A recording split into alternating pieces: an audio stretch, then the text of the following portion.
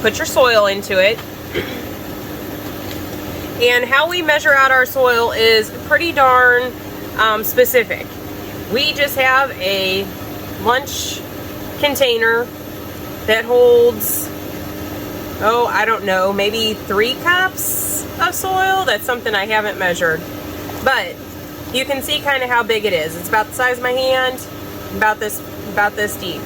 And so I use 1.5 of these, and we'll go ahead and put it into our tray.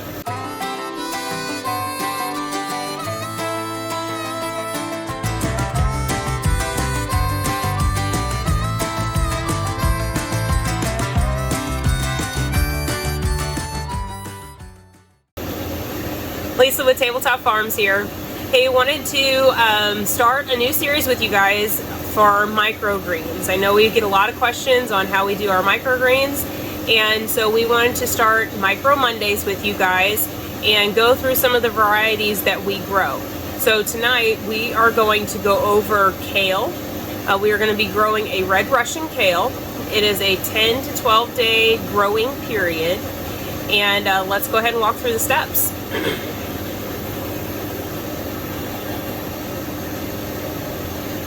So what you're going to want to do first is get your tray together, and we have a 10-20 tray with holes in it that we use. It is a shallow tray, and it's got slots in it for your water to go through so your seeds don't sit into water. But what you're going to want to do is go ahead and put your soil into it. And how we measure out our soil is pretty darn specific. We just have a lunch container that holds, oh, I don't know, maybe 3 cups of soil. That's something I haven't measured. But you can see kind of how big it is. It's about the size of my hand, about this deep. And so I use 1.5 of these, and we'll go ahead and put it into our tray. And then from there, we're going to want to firm down the soil so that our seeds just sit on top of this soil. Now, I'm just using a regular 2x4. You can use anything you want to firm down the soil. You know, if you just have a flat surfaced area, you could probably use the bottom of your seeding tub or your soil tub. So just so that it's like this, and what you're looking for on your soil is that it is halfway down. You know, you've got a little bit of a lip here on your soil, and what that's going to do is whenever you go and cut your greens off, you're not going to be cutting into the soil or into the seeds and get all that into your microgreens as you're harvesting. So the next step that we are going to do is go ahead and put our seed down. Now, kale requires 20 grams of seed. It's 1.5 to 2 tablespoons of seed. And so we are going to measure out our seed.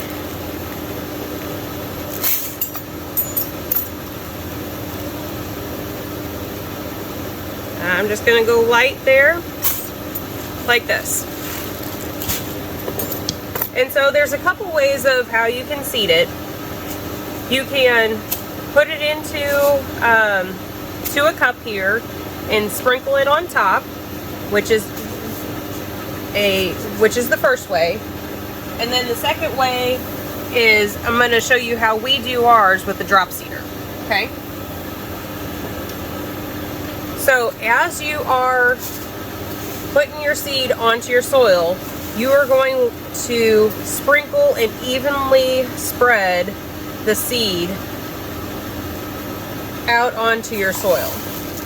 It's going to look like a lot of seed whenever you put it on here, but trust me, it's all good. All good to go. So you're going to want to get all these little crevices up to the sides, in the corners.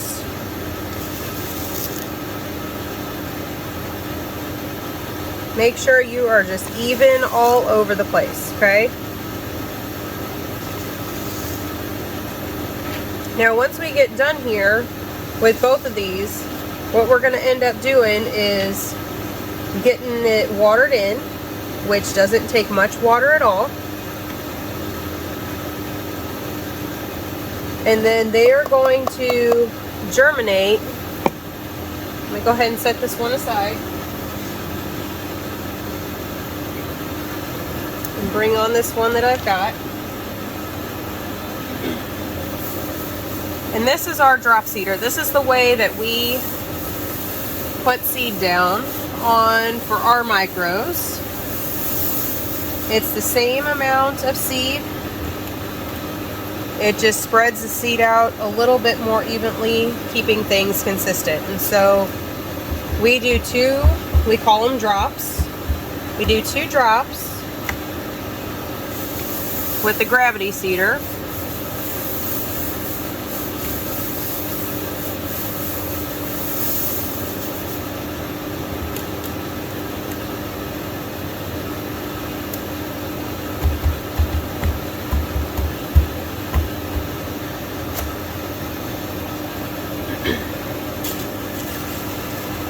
Okay, now, I don't know if you guys can see.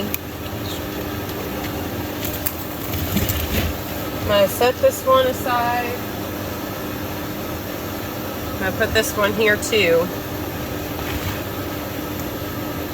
And you can kind of see the difference as to using the drop seeder and seeding by hand.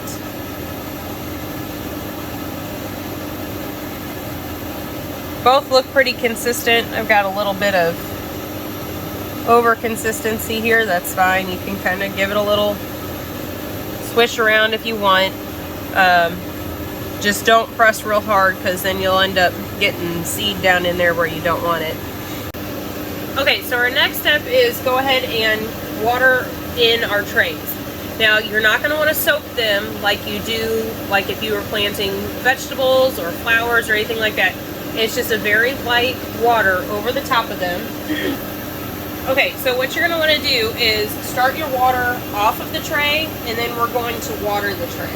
So I'm going to start here, and I'm just going to go across, and across, and across, and I'm done. Now, a pre-op to this is before I put soil in our trays, we pre-wet our soil so that we don't have to wet our soil whenever we are trying to water trays in. So this soil is ready to absorb water, and which makes it really easy for us just to do a quick over water onto our trays so they are ready to go.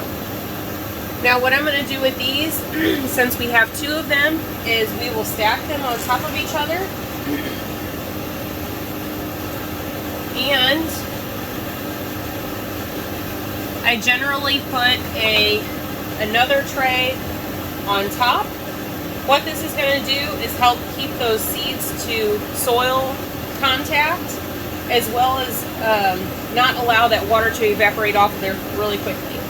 And so our next step is to put them into the germ chamber for 2 days. It's set at 75 degrees.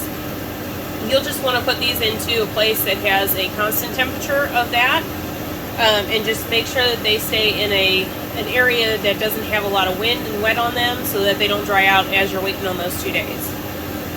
So I also wanted to share with you though why we eat our microgreens. So microgreens themselves actually are very rich in certain minerals and all those different nutrients that we look for in our foods.